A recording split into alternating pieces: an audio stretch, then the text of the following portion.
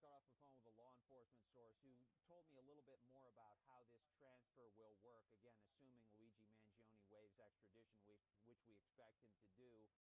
So what this source says will likely happen, again, I caution all this can change, but what appears to be the plan right now is that he will be driven to the airport, the Altoona airport, which is around half an hour or so away, and at that point the NYPD will put him on a plane to go back to New York.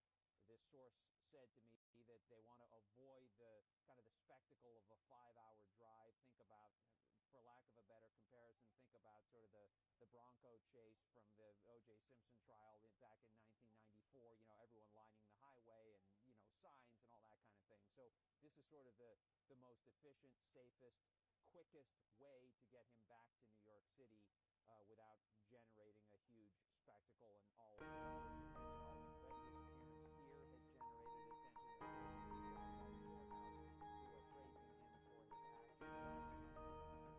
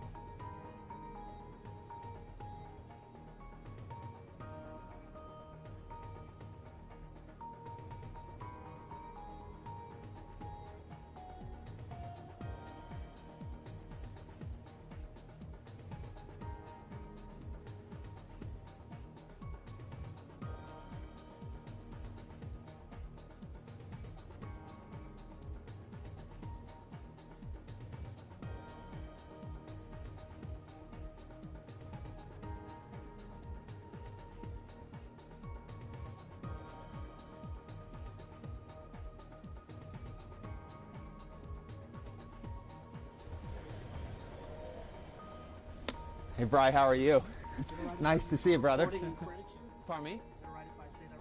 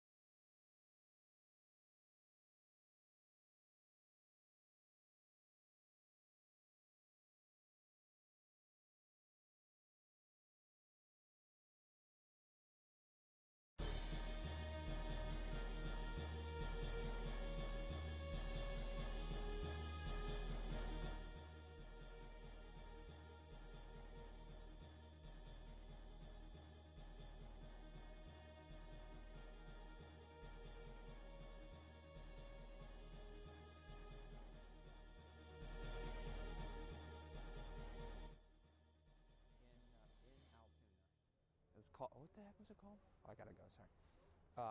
I'm coming. No, the.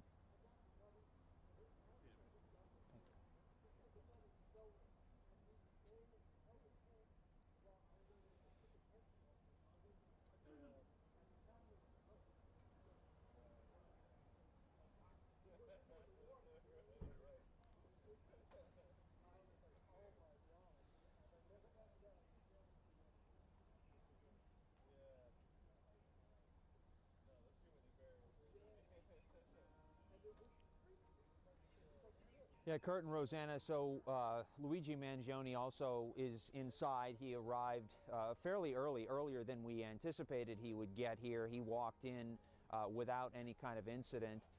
They backed the SUV right up to the door in the back alley here at the Blair County Courthouse, and he walked maybe 6 or 7 feet, of course, escorted by plenty of police officers inside. No outbursts, no kind of resisting, nothing like we saw just a few days ago here, that famous, now infamous outburst and his yelling. So he got inside, no issue there. 2 hearings here today. The first at 8:30 on the local charges that he's facing here in Pennsylvania, which include carrying a gun without a license as well as forgery. Remember, he had that fake New Jersey license that he used to check into the hostel on the Upper West Side. He had that on his person when he was arrested at the McDonald's in Altoona on December 9th, 5 days after he's accused of killing United Healthcare CEO Brian Thompson. So if what we anticipate will happen, does in fact happen, and he waives extradition, then the NYPD will take custody of him. Plenty of NYPD officers are here already, to be sure. And according to one law enforcement source who called me just a short time ago, the plan right now is to drive Luigi Mangione from the courthouse to the nearby airport in Altoona. It's about a 25 or so minute drive away from here, and then fly him by plane, weather permitting, to New York, where he could face a judge perhaps as early as later on today for his arraignment, and then the whole legal process starts in New York. There's also the issue of federal charges, because we're expecting Luigi Mangione to also be slapped with those, in addition to the state charges that he is facing, both the first-degree murder charges and also the 2 second-degree murder charges, in addition to a slew of other counts he's facing. And the significance of the federal charges, of course, is that they would make him eligible for the death penalty if he's convicted of said charges. So we're watching a lot. My colleague Michelle Ross is inside the courtroom. As soon as she gets any information, as soon as the hearings wrap up, the plan is for her to come out. She'll join me.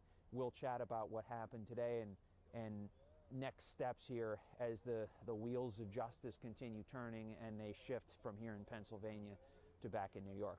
Kurt and Rosanna.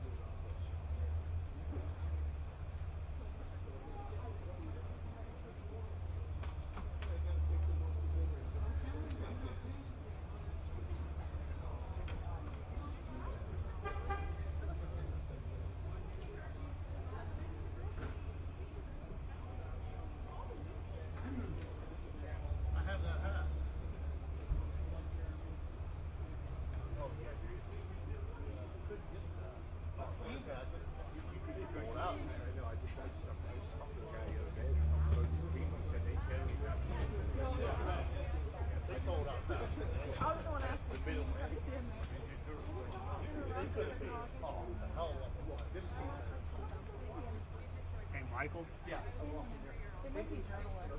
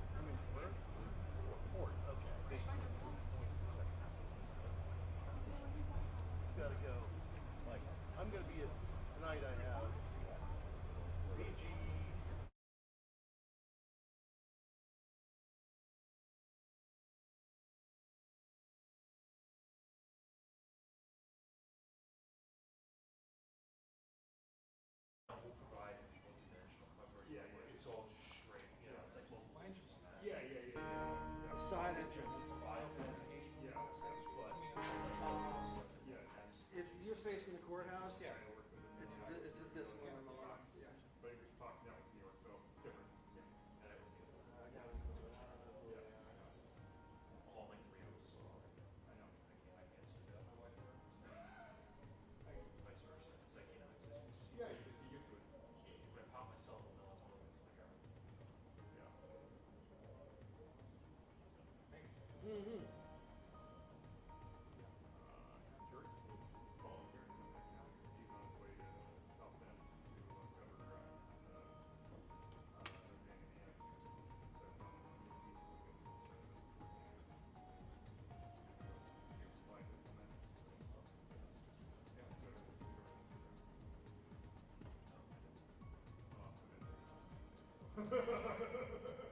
Okay, that is crazy.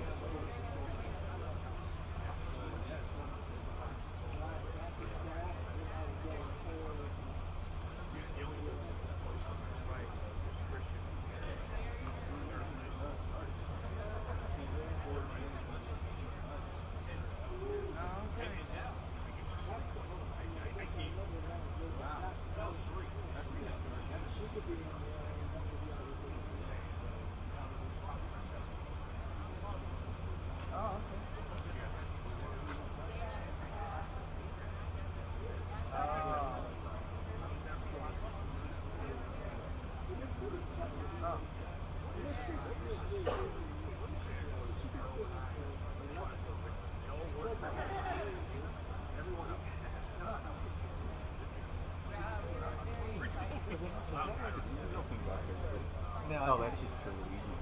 Yeah. Look at this guy. You don't look like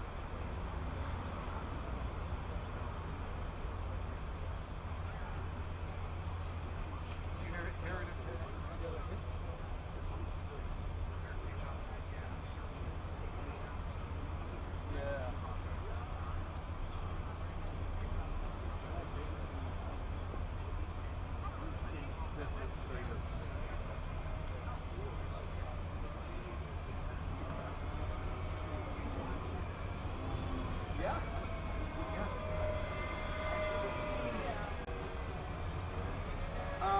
I think it took me like 9 to 5. Well, I came straight here.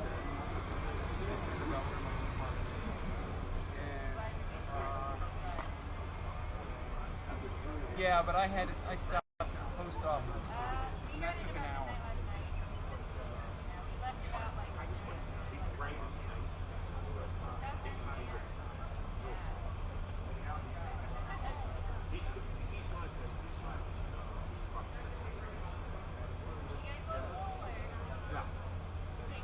And I stopped for lunch. At Chick-fil-A. So.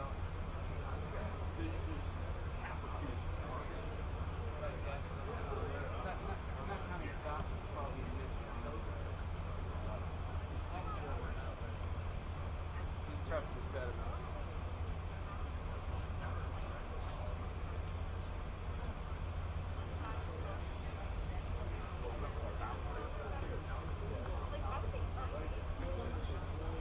Well, they do. It's small. I went to the school there.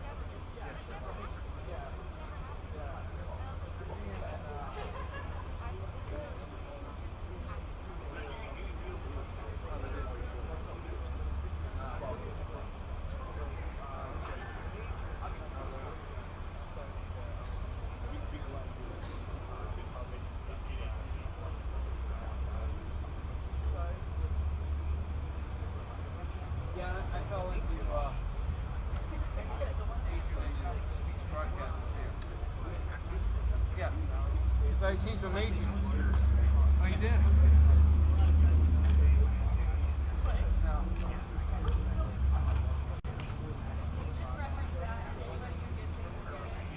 Well, they did. College of Liberal Arts. They did not have the school of education.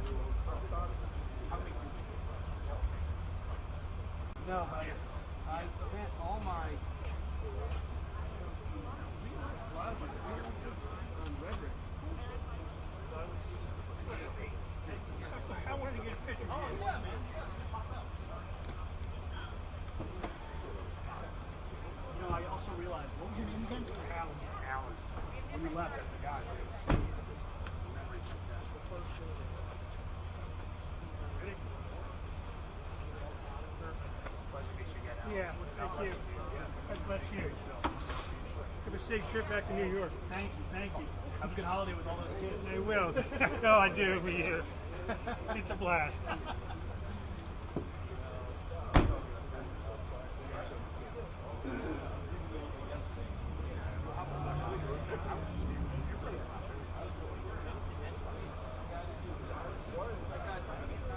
got out a stand and an umbrella and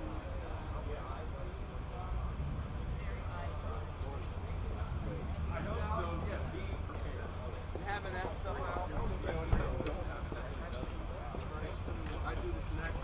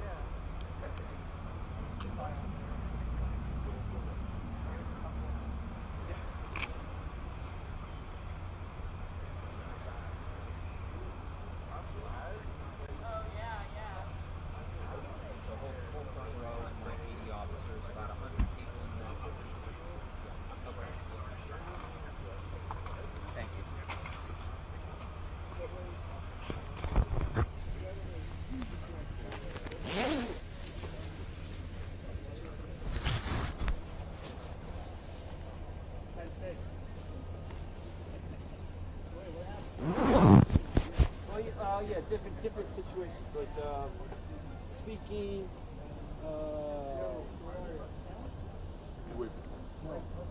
Tell Robert.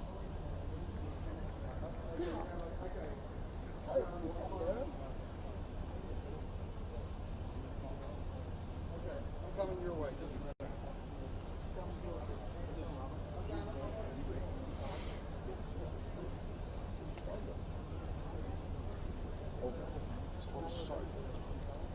Extradition waive. Extradition just. Okay. Hey, Alyssa?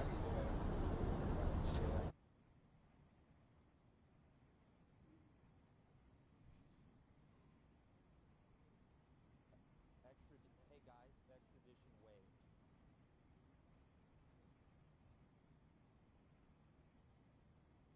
Can you talk to me? Someone talk to me?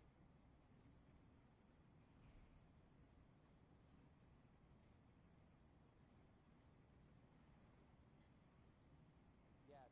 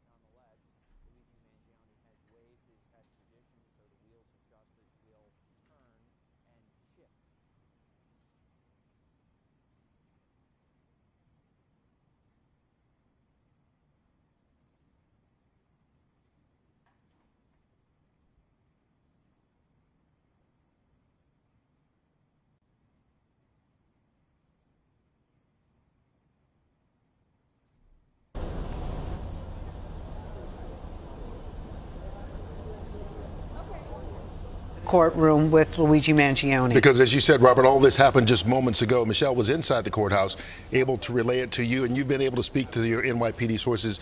In the meantime, we're going to take a quick break. We'll get back to you in just a second. That'll give him time to gather a little bit more information. Thank you, Robert. It'll also give Michelle a little bit of time to get outside. Out, of course. And we, as you said, can hear from her firsthand as to exactly what went on inside that courtroom. All right, so we know Sherry Shepard's next for sure, but we'll break in with pertinent information that you need to know. Today, New York is your source for all information.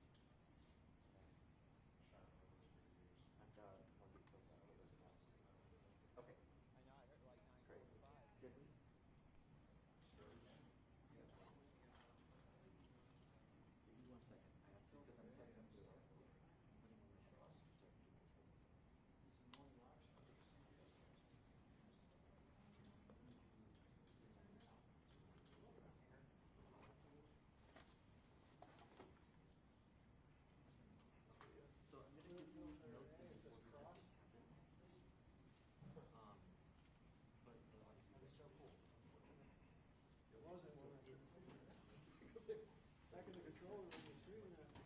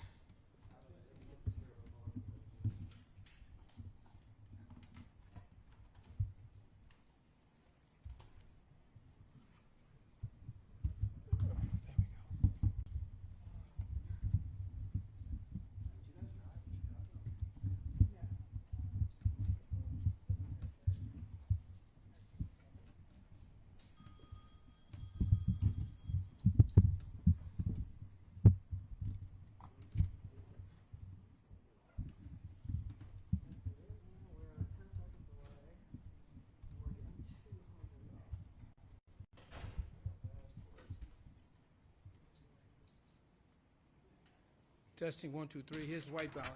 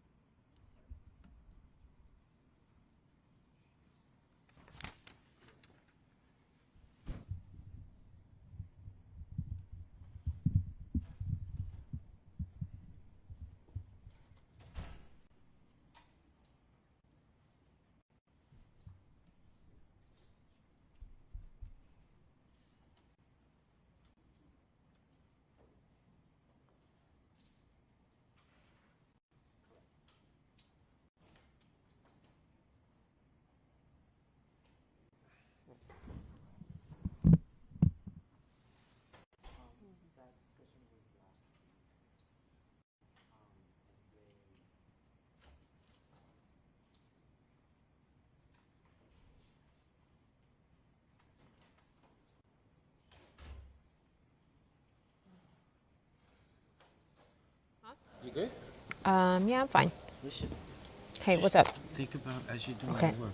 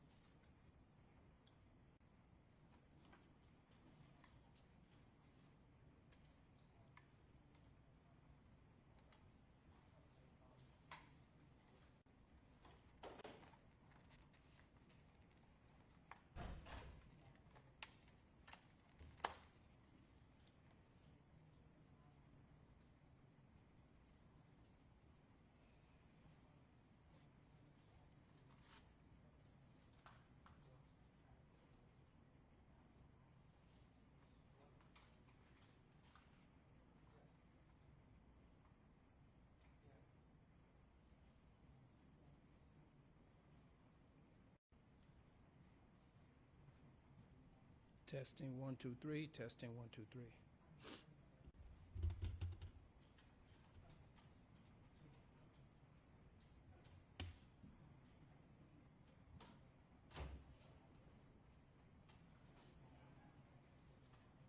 The DA is on his way down here.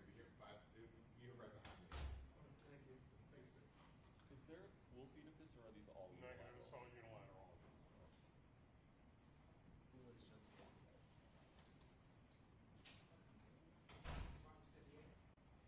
Huh? The DA, yes.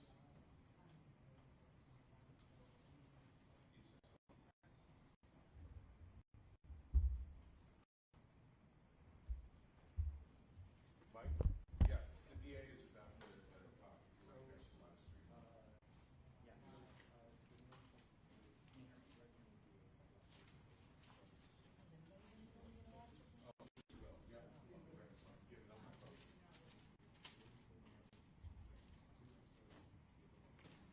Testing 1, 2, 3.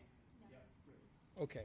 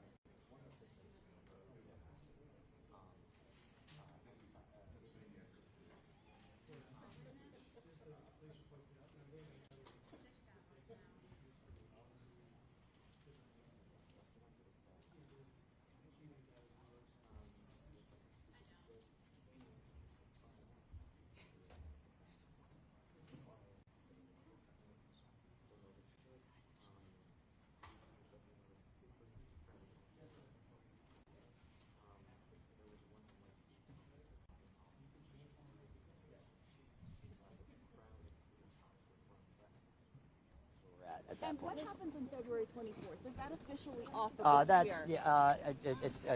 It's on as we speak right now. It's still on as a court date, and You know, that's where we are. What's next? What's next? What's There are next? several people who visited him in. I don't know if it's worth it anymore to go over it.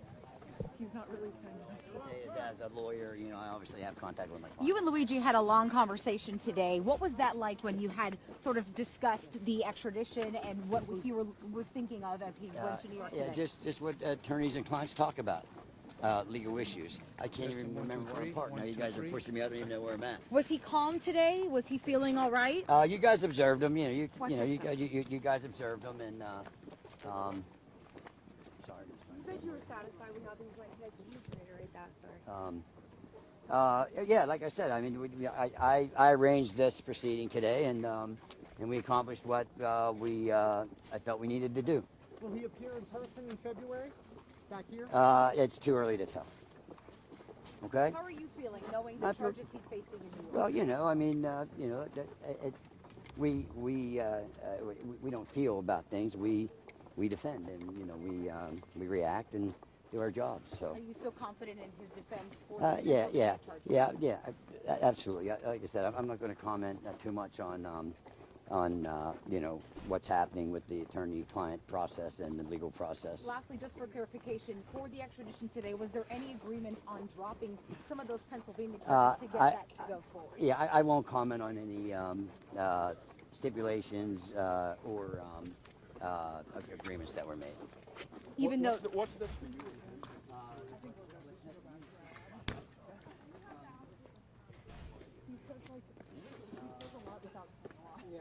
He's good at that.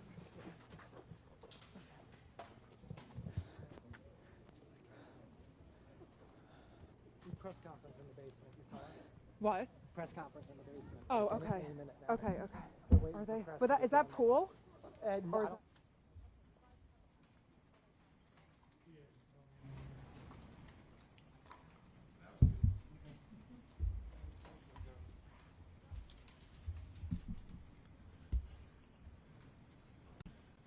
Good morning. Just because the gentleman asked me to, my name is Pete Weeks from the Blair County District Attorney's Office.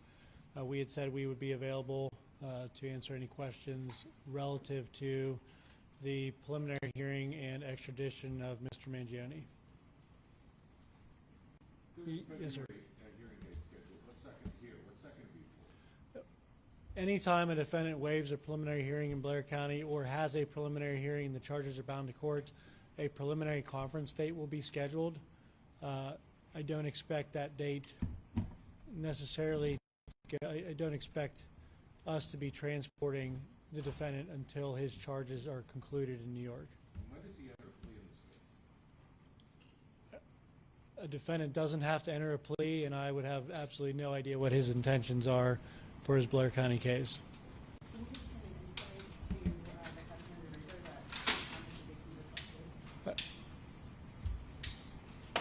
Other than it taking extra time, not really. He wanted some of the language changed and didn't agree to say that he was treated nicely by the police officers at all times. But, you know, we had sent that paperwork out, I think, Tuesday, so everyone could review it.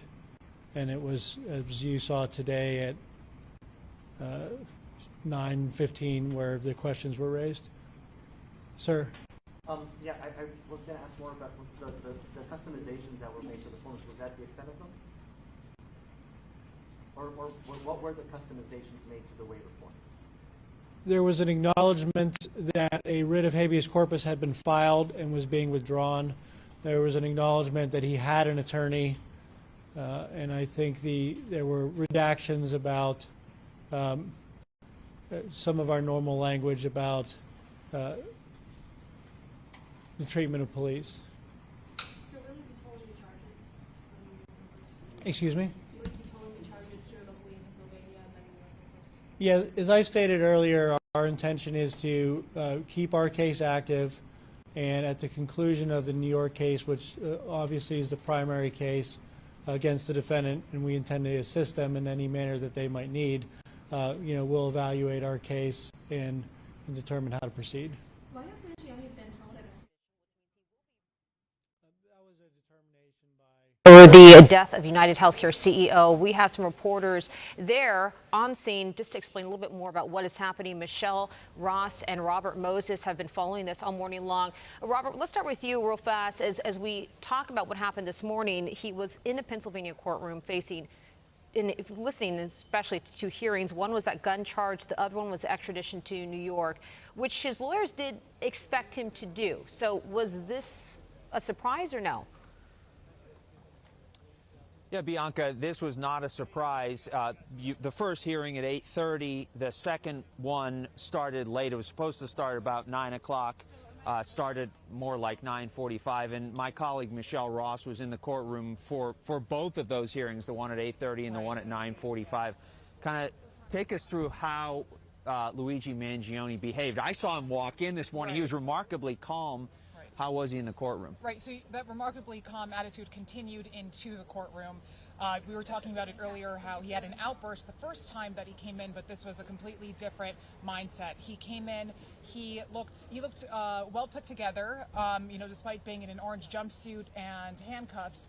He was clean shaven. His hair has grown out a little bit, his curly hair, but once he sat down, he wasn't as fidgety as he was the first time around, but he was sitting in his seat. He was alert. The first time he was counting the number of people in the courtroom, but this time he did do a scan, but he was alert. He wasn't, interrupting anyone. Last time he interrupted his defense attorney, but this time he was listening and he was going with everything that was happening in the courtroom. And we were also talking about the fact that whole front row in the courtroom of about 100 or so seats was occupied by NYPD officers. Right. So clearly the NYPD was ready to go for this eventuality today of him waiving extradition. Exactly. Considering that the crime happened in New York City, the NYPD was ready to extradite him. They've been in contact with such a big case like this. So many different agencies are in touch with each other. They're talking to the DA's office, even with the defense attorneys, with the attorneys back in New York City, with the DA back in New York City. So about 12 to 13 NYPD personnel in the front row ready to take him back to New York. And let's talk about that process, because I know you and I have been talking to sources about how that's going to work. Right. You spoke to someone yesterday. I spoke to someone this morning. And kind of the general tenor is the same, and that is that Luigi Mangione will be driven to the airport, which is about 25 minutes or so from here, the Altoona Blair County Airport. It's a small airport, of course. And he will then be flown back to New York City, where conceivably he could appear before a judge, early this afternoon. I think we're just hearing. Yeah, we just heard some police sirens, so this could be. So he might be exiting actually from this area and then heading to the airport, like you mentioned. But an NYPD source did tell me last night that flying is the preferred way of transport. It's less risky, it takes less time, and he'll get there quicker. So it's definitely a preferred way to go there. And also there's the whole spectacle aspect of it. My source said this morning, we don't want him driving for 5 hours and potentially people lining the route with signs, and we've already seen supporters out here with this signs morning here saying that he's been charged with terrorism. We see some police lights here, with some emergency lights taking place. But they're now going around the other way. But yes, we've seen signs, with the terrorism charges now included in his first-degree murder charges, some of the signs here saying that, killing people under health care is terrorism. So we've seen so many supporters here. It makes sense why, the risk would be taking him on the road by car. And in fact, we're just looking at some video of Mangione leaving the courthouse as we speak. So again, the plan, according to our sources, is to take him to the airport, which is about a 25-minute or so drive. And forgive me, we're just kind of looking off camera to see the activity, but it looks like they're going the other way. We saw a few cars just zoomed away, so they could be on their way now. So the plan is to go to the airport, fly him back to New York City, where he will presumably appear before a judge today. Let's talk about the fact that now he's facing not only the state charges, but now potentially federal charges as well. Right, so that's something that could happen later on. And so with these serious charges in New York, Alvin Bragg wants him processed as soon as possible. So we'll see how that plays out as early as, it could even happen before noon, depending on how quick they get to the airport and then fly over. And the significance with the federal charges, of course, is that he becomes eligible for the death penalty. Right. The maximum sentence under the state charges would be life in prison without parole, but if he's charged federally, he could be looking at the death penalty, which just ratchets this case up even more. Right, and then with his Pennsylvania charges, I mean, they're also very serious charges, but they would be minor compared to what he's facing federally and at the state level back in New York State. And the Pennsylvania charges, I think we should hit on that. I mean, there's sort of a subtext in this whole thing, but they were the subject of that first hearing that started at 8:30, and now it's kind of an afterthought because everyone is understandably focused on the murder charges in New York. But he has a next court appearance here, conceivably on those Pennsylvania charges. Right, and they pushed that to February 24th. They said that he's not waiving his right to that hearing. He's just reserving that right for a later date.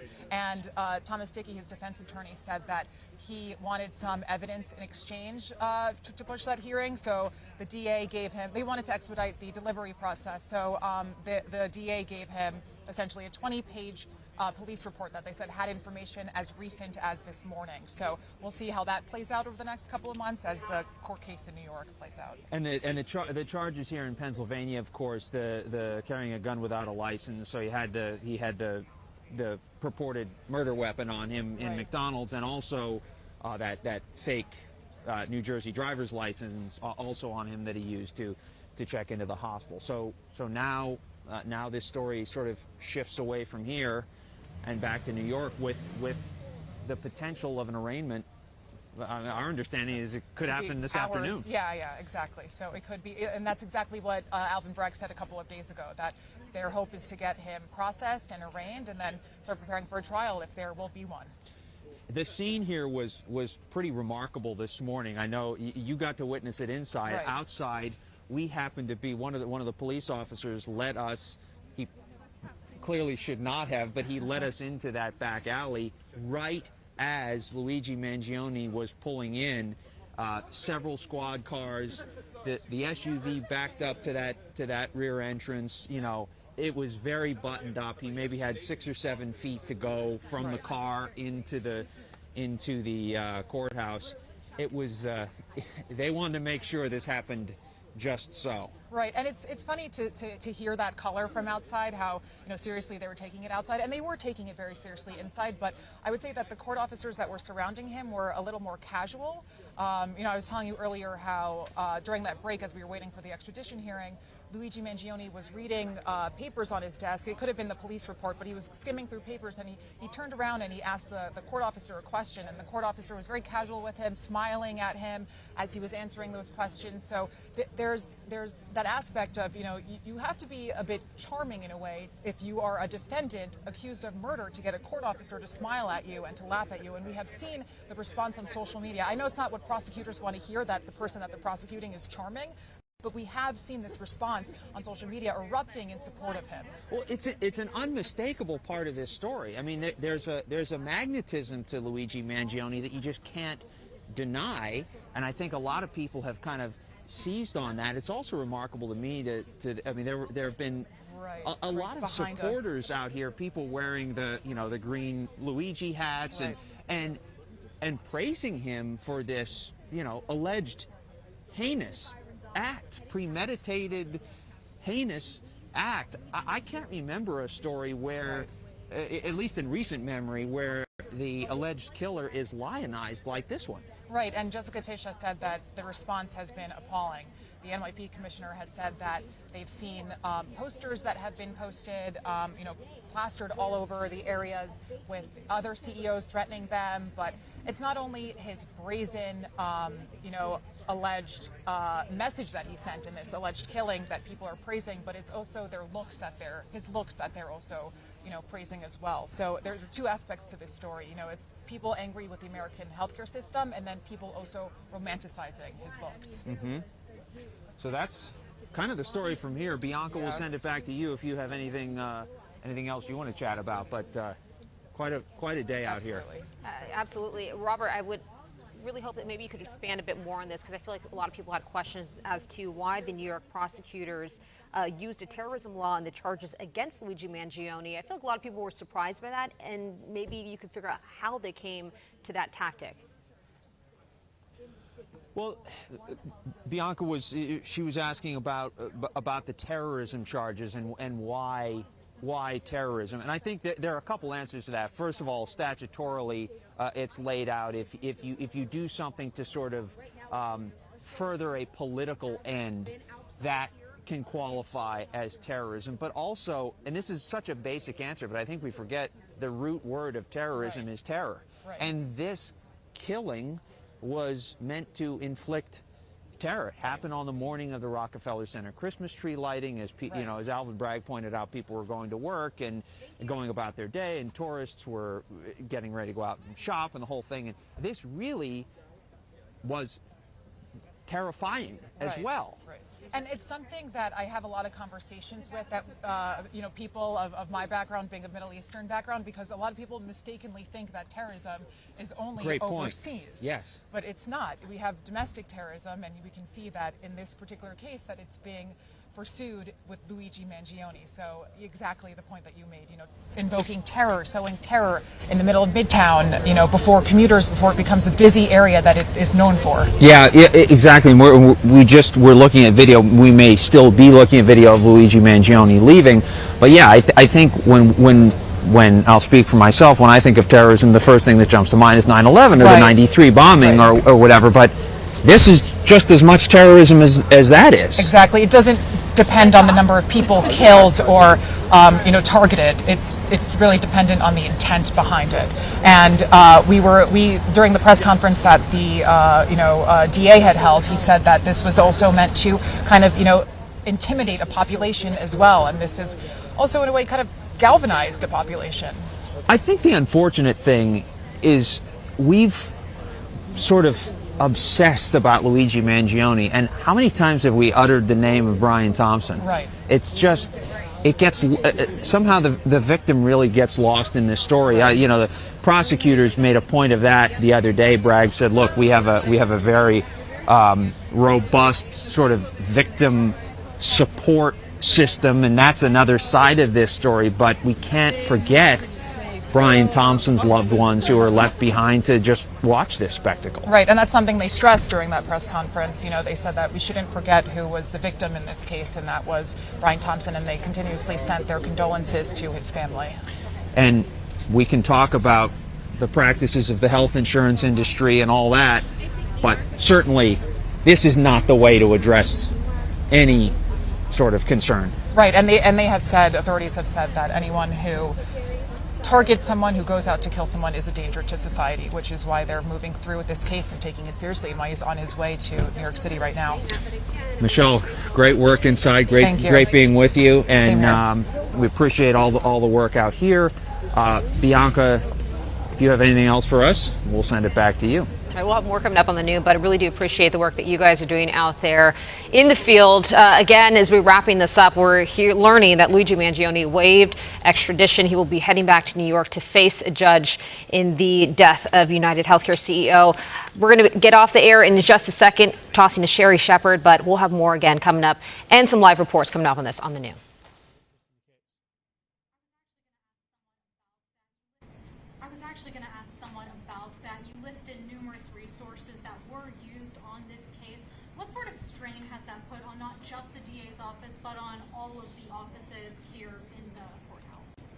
Well, we are lucky in Blair County all the time. We have police officers who, they don't complain, they work extra, you know, they show up when they're asked, and you know, that's what's happened over the past 2 weeks. Police officers have worked extra shifts, police departments have volunteered help, everyone's worked together. There hasn't been any, you know, pushing or shoving, so to speak, as to who gets to do what. It's been a cooperative effort. I've always been grateful for that. And because of that, I would say it's been more work, but it certainly has taken resources, but it's been accomplished because of the cooperation of everybody. Very smoothly because of the cooperation of everybody.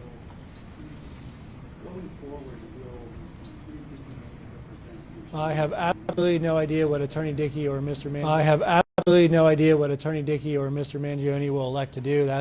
Those are decisions for them that I have, you know, no say in, and I'm not going to speculate on that. Do you believe Mr. Mangione can receive a fair trial here, given sort of the public interest in the case? I believe in America, fair trial everywhere when the rules are followed. And I certainly would have no doubt that the rules would be followed in New York as they would be followed here. You'd be surprised how many people don't read the papers, and even when they do, when you've done the number of trials that First Assistant Smith and I have done throughout our careers, the questions juries ask in trials, even high-profile trials, show me that they're paying attention, they're conscientious, and they really want to evaluate the effort, or the evidence. Excuse me. So I have no doubt that he can receive a fair trial. What's been the most challenging aspect of this case for you, for your office, and for the wider community? The challenges for our office is just that we're short-staffed and we have a pretty high caseload per capita in Blair County, so it's just been, the resource issue. But other than that, these things are something we do all the time in our office. They just don't normally get attention, and certainly not this level of attention. But there are things we do in the normal course of business. Just to wrap up, could you give us like a 20-second summary of what comes next in the Blair County trial? I'm sorry, I didn't hear the last part of your sentence, sir. Would you mind giving us like a 20-second summary of what comes next in the Blair County trial? Well, because of the defendant's reversal today and decision to waive his preliminary hearing, as well as his extradition, certainly we believe it's in the interest of justice to turn him over to the New York City Police Department and Manhattan District Attorney's Office, which we did. He is now in their custody. He will go forthwith to New York to await trial or prosecution for his homicide and related charges in New York. We intend to keep our case active, and we intend to essentially revisit the case when the defendant is available for prosecution in Blair County, and we'll assess that at the appropriate time. Thank you, guys. Thank you.